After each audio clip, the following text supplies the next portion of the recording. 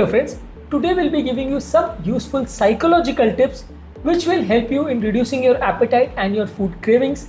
Whenever you want to reduce your body weight in order to reverse your diabetes, hypertension, kidney disease and heart related problems and obesity, this food craving or increased appetite becomes an important deterrent, and the psychological risk factors which increase your food craving, they are the most important problem which lead to increased appetite. Today we'll be giving you some useful tips in this regards which will help you in reducing your psychological craving for food.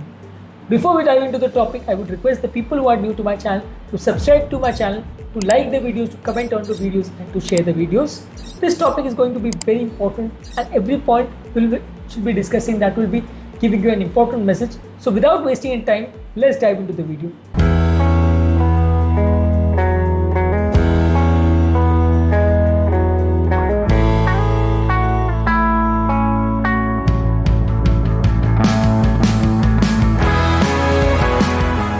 First of all, everyone should eat mindfully. They should know whatever they are eating. That is quite important. Mindful eating is important. People, if at all they are eating mindlessly, whatever food is available, they start munching on them. Whatever food is available in the kitchen, without seeing, without noticing anything which comes at their hands, they started eating that food. That mindless sort of eating increases your food craving, and that will increase your overall body weight. This should be curtailed. Anything which you are eating, you should know why you are eating them. What exactly is the driving force, whether it's the hunger or the psychological issues which are forcing you to eat that food, and whether you actually need to eat that particular food. If at all you have a deep thought before having any food, that will help you in restricting a lot of food intake, and at least you should give yourself 10 to 15 minutes of extra time to avoid eating that particular food, and you should give your body a little bit of extra time to see whether your hunger continues for a prolonged period of time.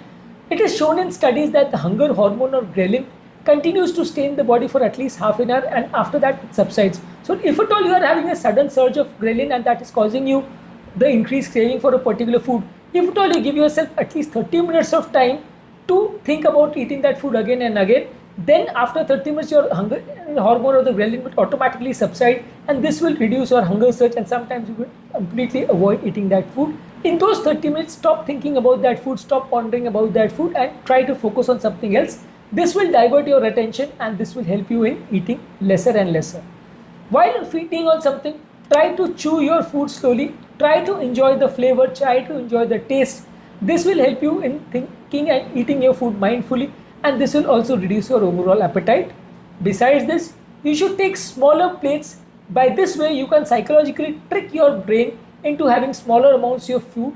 Usually whenever you refill your plates, which is a large size, you tend to eat much more amount of food, while if at all you are taken a small plate, and even if you refill your plate 2 or 3 times, especially when you are having a buffet dinner, then you are likely to have much lesser amount of food with a smaller plate as compared to that with a larger plate. Next important psychological tip is to drink large amount of water.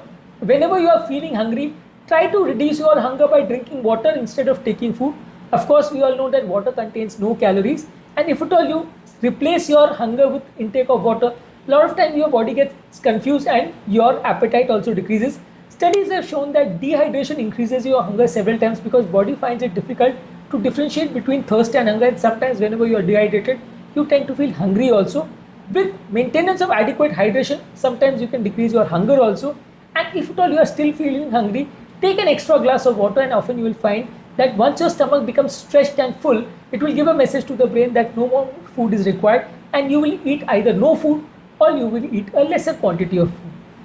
Then you should eat proteins and fibers. These sorts of foods take a large time to get digested in the abdomen, so they will stay in the stomach for a prolonged period of time. They will keep on sending a stretching message to your brain that something is already there inside the stomach and you don't need any extra amount of food, and with this your amount of appetite will decrease. These meals are known to decrease your hunger to a much larger extent as compared to foods which are digested very fast, like white rice, like rice which are prepared from refined flour. All these foods are digested much faster. They will give your body a sudden spike of glucose, and once the insulin surges in the body, the sugar levels will suddenly drop and you will again start to feel hungry. So foods which are digested faster, they are much likely to make you more hungry and increase the craving. Foods which are digested slowly, they are much more likely to make you full for a prolonged period of time. Then there are some mind tricks in which you can imagine yourself having a big meal, or imagine yourself feeling satisfied after having a heavy meal, In that way, you can just imagine yourself before having any food that you've already had a meal. And this is a small trick. Sometimes it might work and this will decrease your appetite. So mental picture or mental imagination of having food also sometimes helps you in feeling full, and this will help you in decreasing your appetite and your hunger. You should try to avoid distractions like talking to people, watching TV, scrolling over your phone. All these habits increase the habits of mindless eating, and you tend to eat much more amount of food. While taking food, you should focus the entire concentration on the food, and this will help you in focusing what amount of food you are taking, what exactly are the food choices you are making, and overall this will help you in curtailing your food desire, and this will help you in reducing your overall food portions. But if at all you try to keep your mind distracted, you are much more likely to have a larger amount of food as compared to what you normally would do. Avoid impulsive eating, plan portion control.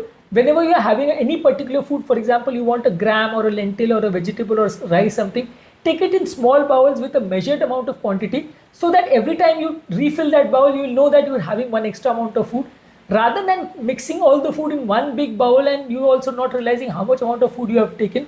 Keep your food in small bowls and keep on mixing every time you are taking extra food, keep on refilling the bowl. So this gives you a psychological message that you have eaten your required amount of food and you should not eat any further amount of food.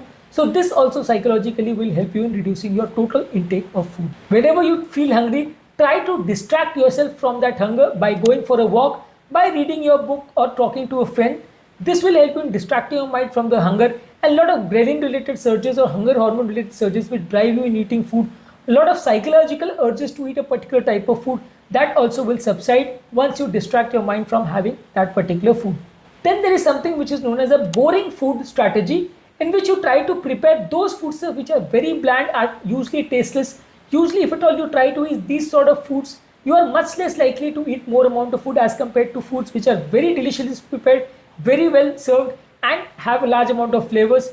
If at all you eat more of bland foods, you will eat less. If at all you eat more of tasty foods, you are likely to eat more.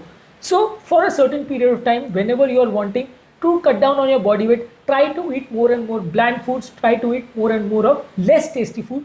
Although this sounds very bad, if at all we tell a person that you have only tasteless food and you have to take foods whichever you are not happy in taking, usually that sounds psychologically very distressing. But for a short period of time, if at all you practice that habit and take foods which are much more bland, this will be much more likely to be eaten in a less quantity, and you will be able to cut down on your weight in a much better way. And lastly, today we'll be discussing about the color contrast strategy. There is something known as a color contrast strategy, in which you prepare your and serve your food in a plate which is of a different color as compared to the food which you have served. If at all you are taking a plate which is of similar color, you are likely to have much more amount of food as compared to a plate where the food color and the plate color is of a striking contrast. This psychologically works in telling you how much amount of food exactly you are eating, and subconsciously you will realize that there is a large amount of food in your plate, and this will help you in eating lesser. So psychologically it has been shown, if at all you serve your food in a red plate or a blue plate or a different color plate, you are more likely to eat lesser amount of food as compared to a plate which is of a similar color. In this topic, we have discussed a few tips which will psychologically help you in reducing your appetite. In the second and the third part of this video, we'll be discussing some more points which will be further useful in this regard. So before we end the topic, the people who are new to my channel, I would request them to subscribe to my channel, to like the videos, to comment the videos and to share the videos in social media groups if possible.